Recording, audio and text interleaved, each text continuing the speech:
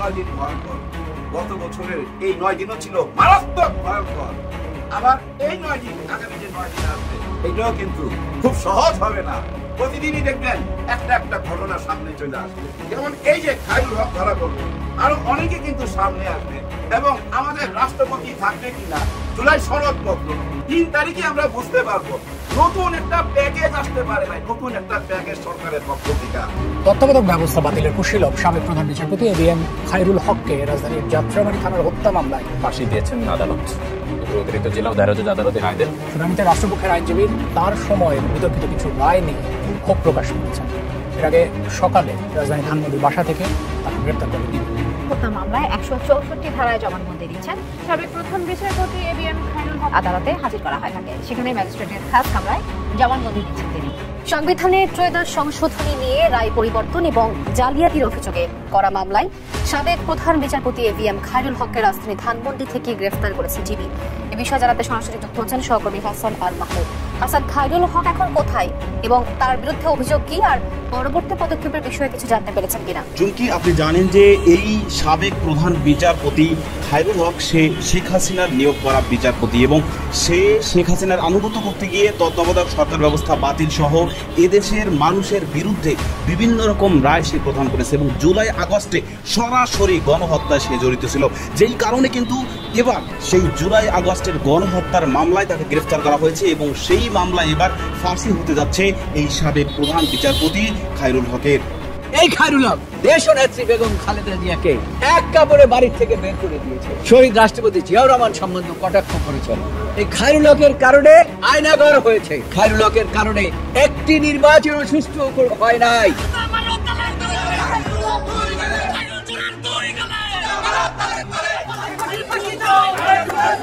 যে এবিএম খায়রুল হককে যদি 7 বার আপনি ফাঁসি দেন, তারপরে তার অপরাধ শেষ হবে না। শেখ হাসিনা ভারতে পালিয়ে গেলেও দেশে আটকা পড়েছেন তার অনেক সহযোগী। কদিন আগের সেই তুমুল ব্যস্ত এমপি মন্ত্রীরা এখন 24 ঘন্টা পার করছেন কারাগারে শুয়ে বসে আর ইবাদত বন্দেগীতে। একসময় যাদের কথায় দেশ চলতো, এখন জেলখানায় তাদের সময় কেমন কাটছে? প্রথম দিকে গোলাপ সেলের একটি কক্ষে একসঙ্গে রাখা হয় 3 জন হেভিওয়েট নেতাকে, কিন্তু সহাবস্থান বেশি দিন টেকেনি। তারা সূত্রে জানা গেছে সালমান এফ রহমান প্রায় এর উপর চড়াও হতে। সম্মানিত দর্শক, আসসালামু আলাইকুম। নতুন একটি নিউজে আপনাকে স্বাগতম। প্রিয় দর্শক, সম্প্রতি হত্যা মামলায় গ্রেপ্তার সাবেক বিচারপতি খায়রুল হকের ফাঁসির দাবিতে দেশ জুড়ে তোলপাড়। রিমান্ডে নিজের সকল অপকর্মের গোপন তথ্য ফাঁস করলেন সাবেক বিচারপতি খায়রুল হক। বেরিয়ে এলো চাঞ্চল্যকর সব তথ্য। তাহলে এবার কি এই সকল অপকর্মের দায়ে তার ফাঁসির সাজা হবে? এই নিয়ে যে চাঞ্চল্যকর তথ্য জানা গেল। এদিকে সামনে ভয়ঙ্কর 9 দিন। কেন এবং কি কারণে সামনে ভয়ঙ্কর 9 দিন, এ নিয়ে খুবই গুরুত্বপূর্ণ তথ্য দিলেন জনপ্রিয় সিনেমা নির্মাতা ও রাজনৈতিক আলোচক মালেক আফসারি। জানা গেল চাঞ্চল্যকর তথ্য। আমাদের আজকের ভিডিওতে অত্যন্ত গুরুত্বপূর্ণ তথ্য শেয়ার করা হয়েছে। দয়া করে ভিডিওটি শুরু থেকে শেষ পর্যন্ত ধৈর্য সহকারে দেখে একটি লাইক দিয়ে সবাইকে বেশি বেশি করে শেয়ার করে দিবেন। সেই সাথে আমাদের ভিডিওটি আপনি বাংলাদেশের কোন জেলায় বসে দেখছেন বা শুনছেন সেটি অবশ্যই কমেন্ট বক্সে কমেন্ট করে জানিয়ে দিতে ভুলবেন না।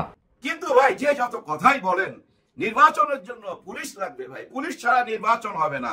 আর্মিও থাকবে, র্যাব থাকবে কিনা জানি না, কিন্তু এই পুলিশ দিয়ে কিভাবে আপনি নির্বাচন করবেন?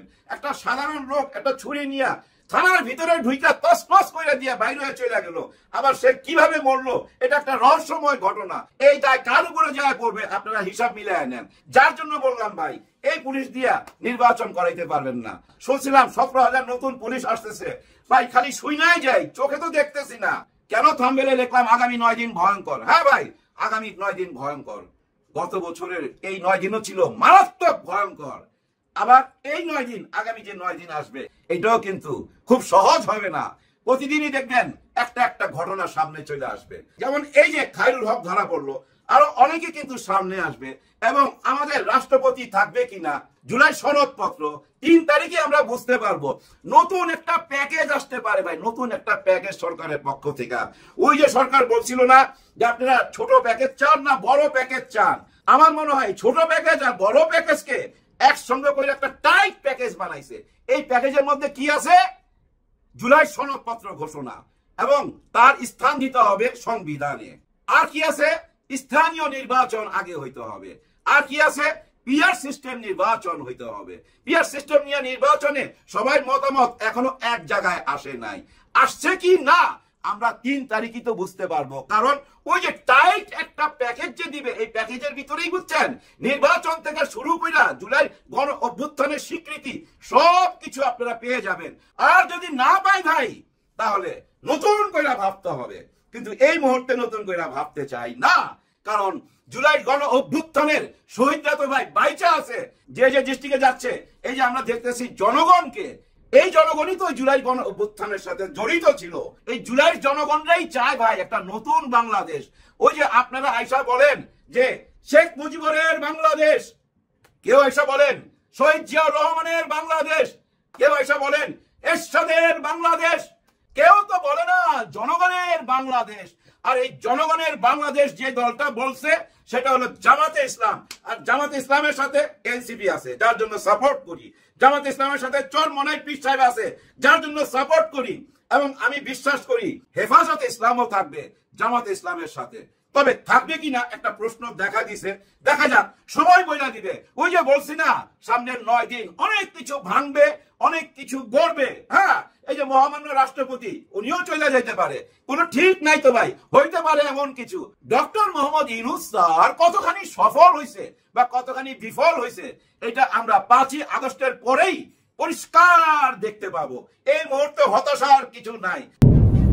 একজন বিচারপতি যিনি আইন ও আদালতের আড়ালে দাঁড়িয়ে ধ্বংস করেছিলেন ইতিহাস, বিকৃত করেছিলেন মুক্তিযুদ্ধ, আর প্রাতিষ্ঠানিক রূপ দিয়েছিলেন ফ্যাসিবাদকে। শুধু ক্ষমতাসীন দলের আনুগত্যই নয়, তার ভেতরে ছিল দেশের গণতন্ত্রকে হুমকির মুখে ফেলা এবং দেশের স্বাভাবিকতা ও শান্তি শৃঙ্খলা নষ্ট করার এক ঘৃণ্য প্রচেষ্টা। বলছি সাবেক প্রধান বিচারপতি ABM খায়রুল হকের কথা। তার নেতৃত্বাধীন বেঞ্চি রায় দিয়েছিল 71 সালে রণাঙ্গনে সরাসরি মুক্তিযুদ্ধে অংশ নেয়া সেক্টর কমান্ডার জিয়াউর রহমান স্বাধীনতার ঘোষক নন। বাংলাদেশের স্বাধীনতা যুদ্ধ দলিল পত্রের 3য় খণ্ড বাতিল করে দিয়ে তিনি জাতিকে বলেছিলেন, যা সত্য তা বিশ্বাস করো না, আমি যা বলি সেটাই ইতিহাস। আর এই ইতিহাস মুছতে গিয়ে তিনি চেপে বসেছিলেন দেশের সর্বোচ্চ বিচারিক আসনে। তার দেয়া আরেক রায় তত্ত্বাবধায়ক সরকার ব্যবস্থা বাতিল ছিল দেশের গণতন্ত্রের কফিনে শেষ পেরেক। সংক্ষিপ্ত আদেশে যা ছিল না পরে পূর্ণাঙ্গ রায় তা ঢুকিয়ে দিয়ে তিনি তৈরি করে দেন শেখ হাসিনার জন্য ভোট ডাকাতির এক খোলামেলা মাঠ।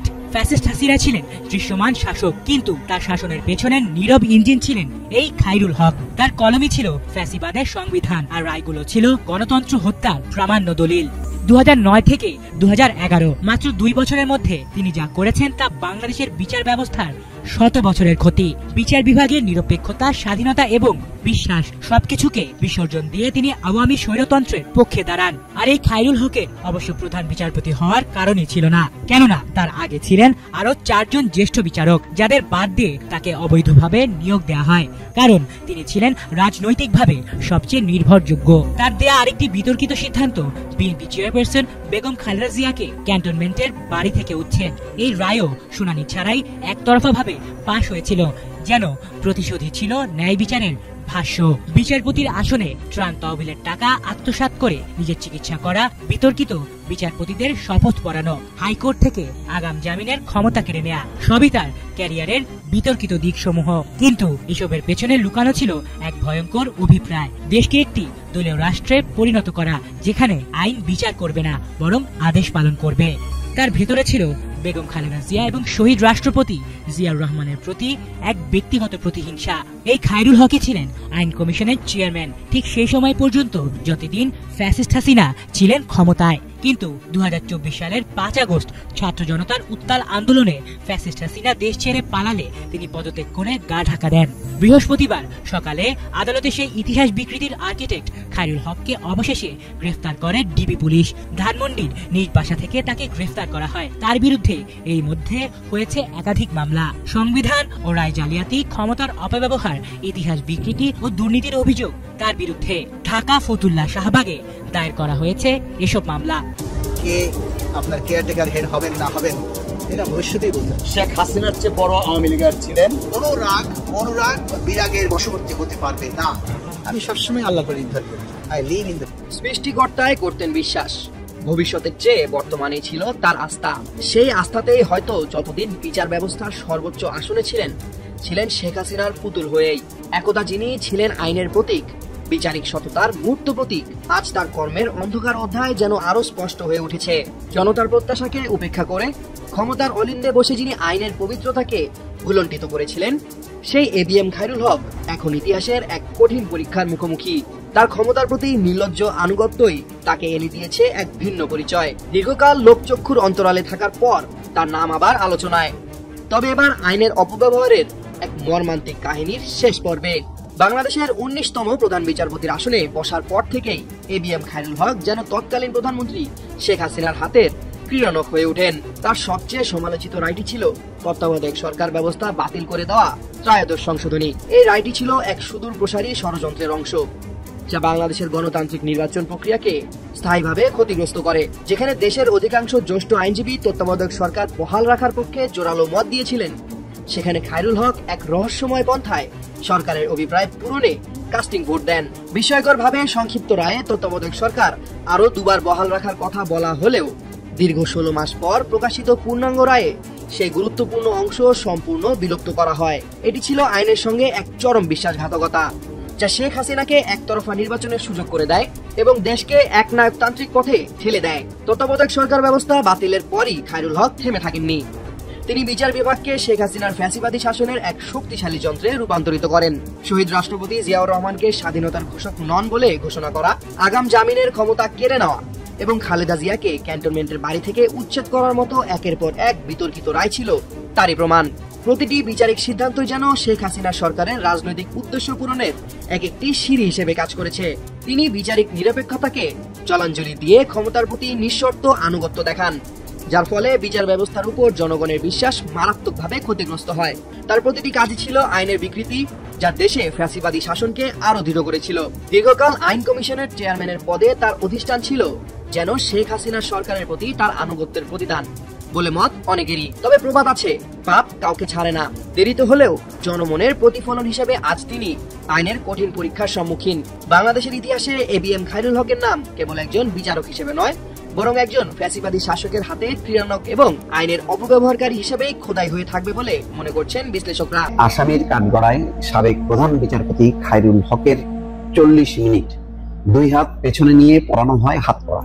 পুরো 40 মিনিট খায়রুল হক কিভাবে আসলেন, কিভাবে ওই আদালতে অবস্থান করছিলেন আদালত কক্ষে, এবং তারপরে গেলেন, তার ভেতরে কি কি হলো পুরো বর্ণনা আমি পড়লাম।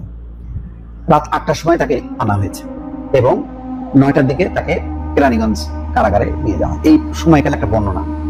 আমি দুটা জিনিস দেখলাম। একটা হলো জাতীয়তাবাদী আইনজীবী দলের সদস্যরা ছিলেন, তারা স্লোগান দিয়েছেন, বক্তব্য দিয়েছেন, উচ্ছৃঙ্খলতা করেননি। দিনের বেলায় যদি আনা হতো তাহলে এইটা কন্ট্রোল করা যেত না।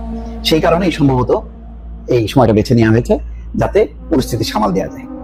আসলে এবিএম খায়রুল হক মানে আমি বলবো যে বাংলাদেশের ইতিহাসে দেখেন, এটাও একটা ভয়ঙ্কর একটা স্মৃতি, একটা দগদগে ঘা বা একটা কলঙ্ক, যে একজন প্রধান বিচারপতিকে আজকে আসামি করা হয়েছে। আজকে একজন প্রধান বিচারপতিকে কাঠগড়ায় তোলা হয়েছে আসামি হিসাবে। আজকে একজন প্রধান বিচারপতিকে হাত 2 হাত পেছনে নিয়ে অন্যান্য অপরাধীদের মতন করে হাত পড়ানো হয়েছে এবং হাত পেছনে ছিল। আজকে একজন প্রধান বিচারপতিকে যে এইসব কথা শুনতে হলো, যিনি রায় দেন অনেক অধস্তন একজন বিচারকের সামনে বা ম্যাজিস্ট্রেটের সামনে, তাকে মাথা নিচু করে দাঁড়ায় থাকতে। তিনি ম্যাজিস্ট্রেটের দিকে তাকাইছিলেন, আবার মাথা নিচু করেছিলেন, চোখে মুখে বিষণ্ণতা।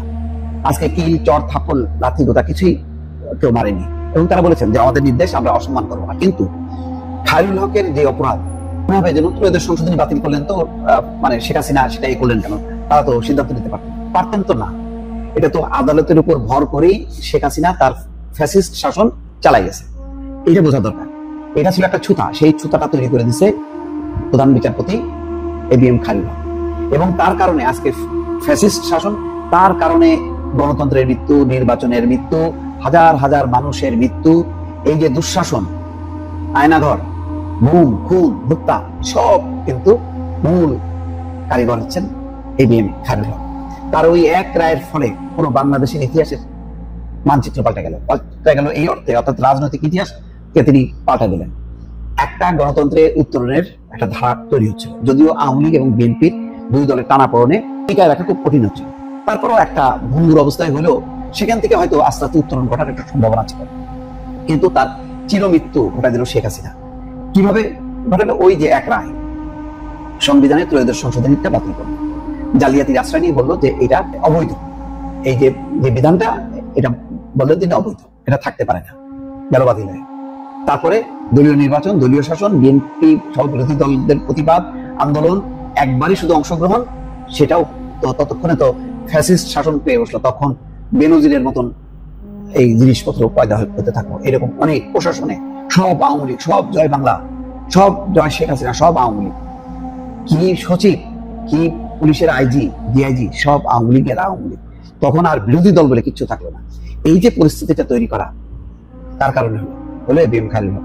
ওই দিন বিচার বিভাগকে যদি তিনি শক্তভাবে নেতৃত্ব দিতেন বিগতের জন্য, আমাদের এই ভঙ্গুর গণতন্ত্রকে রক্ষা করার জন্য এই তত্ত্বাবধায়ক সরকার ব্যবস্থা আরো 5 টার্ম চলবে, তারপরে আদালত বুঝবে যে এইটা কি থাকবে কি থাকবে না। এই দৃঢ় একটা অবস্থান যদি নিতেন, এসকে সিনহা একটা পয়েন্টে বিচার বিভাগের স্বাধীনতার প্রশ্নে তিনি একটা অবস্থান নিয়েছিলেন, কিন্তু সেটা তো অনেক পরে, এবং তার কিভাবে বলি হইতে হলো, এবং শেখ হাসিনাই নিজে হাতে বলি দিলেন, এটাও একটা কলঙ্কর ইতিহাস। তার চেয়ে এটা তো ধরেন শেখ হাসিনা তার নিজের শাসনকে আরো তখন পোক্ত হয়ে গেছে, কিন্তু শুরুতেই যদি এবিএম খায়রুল হক দেশের গণতন্ত্রকে যদি বাঁচাতেন, নির্বাচনকে যদি বাঁচাতেন, আজকে তিনি ইতিহাসের আস্থা করে পড়তে হতো না।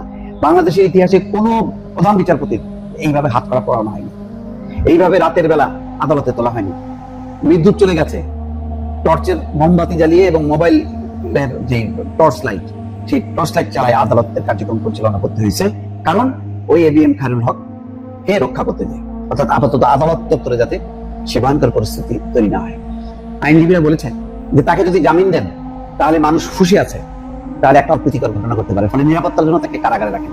বাংলাদেশের প্রধান বিচারপতি, যিনি সংবিধানের রক্ষক, তিনি ভক্ষক হয়ে ভয়ঙ্কর একটা দুঃশাসনের একটা সূচনা বা পথ তিনি তৈরি করে দিলেন এই এবিএম খায়রুল হক। বলেন, আমি এই জন্য বলি তো যে এবিএম খায়রুল হককে যদি 7 বার আপনি ফাঁসি দেন, তারপরে তার অপরাধ শেষ হবে না। কিভাবে শেষ হবে? একটা আপনি দেশের গণতন্ত্রকে আপনি শেষ করে দিলেন এক রায়ের মধ্য দিয়ে। আপনি জানেন শেখ হাসিনা কি চাচ্ছে, সে চাচ্ছে যে আর যাতে বিএনপি জামাত ক্ষমতায় না আসতে পারে এবং তার যাতে ক্ষমতা চিরস্থায়ী হয়। আপনি সেই পথে আপনি এদিকে আল জাজিরার অনুসন্ধান, বিক্ষোভকারীদের সরাসরি গুলি চালানোর নির্দেশ দিয়েছিলেন শেখ হাসিনা। বাংলাদেশের ক্ষমতাচ্যুত প্রধানমন্ত্রী শেখ হাসিনা গত বছর তার সরকারের নীতির বিরুদ্ধে প্রতিবাদরত শিক্ষার্থীদের ওপর প্রাণঘাতী অস্ত্র ব্যবহারের সরাসরি নির্দেশ দিয়েছিলেন। তিনি বলেছিলেন তাদের যেখানে পাবে গুলি করবে। আল জাজিরার অনুসন্ধানী ইউনিট তাদের হাতে আসা গোপন ফোন কলের রেকর্ডিং বিশ্লেষণ করে এই তথ্য প্রকাশ করেছে। দীর্ঘ 15 বছর বাংলাদেশ শাসন করার পর রক্তক্ষয়ী আন্দোলন এবং নিরাপত্তা বাহিনীর দমন পীড়নের মধ্যে শেখ হাসিনা গত 5 আগস্ট পদত্যাগ করে ভারতে পালিয়ে যান। আন্তর্জাতিক অপরাধ ট্রাইব্যুনালের তথ্য মতে আন্দোলনে প্রায় 1400 মানুষ নিহত এবং 20,000-এর বেশি মানুষ আহত হন। আল জাজিরার অনুসন্ধানী ইউনিট ফোন কলের রেকর্ডিংগুলোতে কৃত্রিম বুদ্ধিমত্তা বা এআই দিয়ে কোনো কারসাজি করা হয়েছে কিনা তা যাচাই করার জন্য অডিও ফরেনসিক বিশেষজ্ঞদের দিয়ে বিশ্লেষণ করিয়েছে এবং ভয়েস ম্যাচিং এর মাধ্যমে ফোন আলাপকারীদের শনাক্ত করেছে। 2024 সালের 18 জুলাই জাতীয় টেলিযোগাযোগ পর্যবেক্ষণ কেন্দ্র এনটিএমসি রেকর্ড করা একটি কলে হাসিনা তার একজন সহযোগী বলেছিলেন তিনি তার নিরাপত্তা বাহিনীকে প্রাণঘাতী অস্ত্র ব্যবহারের নির্দেশ দিয়েছেন। শেখ হাসিনা বলেন, আমার নির্দেশ ইতিমধ্যেই দেওয়া হয়ে গেছে, আমি সরাসরি নির্দেশ দিয়ে দিয়েছি, এখন তারা প্রাণঘাতী অস্ত্র ব্যবহার করবে, যেখানে পাবে সেখানে গুলি করবে, এটাই আমি বলেছি। আমি এতদিন তাদের থামিয়ে রেখেছিলাম, আমি ছাত্রদের নিরাপত্তা নিয়ে ভাবছিলাম। পরে ঢাকা দক্ষিণ সিটির সাবেক মেয়র ও তার আত্মীয় ফজলে নূর তাপসের সাথে এক ফোন আলাপের বিক্ষোভ দমনে হেলিকপ্টার ব্যবহার নিয়ে কথা বলেন শেখ হাসিনা। ফোন রেকর্ডে তাকে বলতে শোনা যায়, যেখানেই গ্যাদারিং বা জটলা দেখবে সেখানেই ওপর থেকে করা হচ্ছে, অলরেডি শুরু হয়ে গেছে, কয়েকটা জায়গায় কিছু বিক্ষোভকারী সরে গেছে। সেই সময় নিরাপত্তা বাহিনী বিক্ষোভকারীদের উপর আকাশ থেকে গুলি চালানোর কথা অস্বীকার করেছিল। তবে ঢাকার পপুলার মেডিকেল কলেজ হাসপাতালের জরুরি বিভাগের চিকিৎসক সাবির শরীফ আল জাজিরাকে জানান, হাসপাতালে প্রবেশপথ লক্ষ্য করে একটি হেলিকপ্টার থেকে গুলি চালানো হয়েছিল। তিনি আরও জানান, চিকিৎসকেরা আহত বিক্ষোভকারীদের চিকিৎসা দেন, যাদের গুলির জখম ছিল অস্বাভাবিক।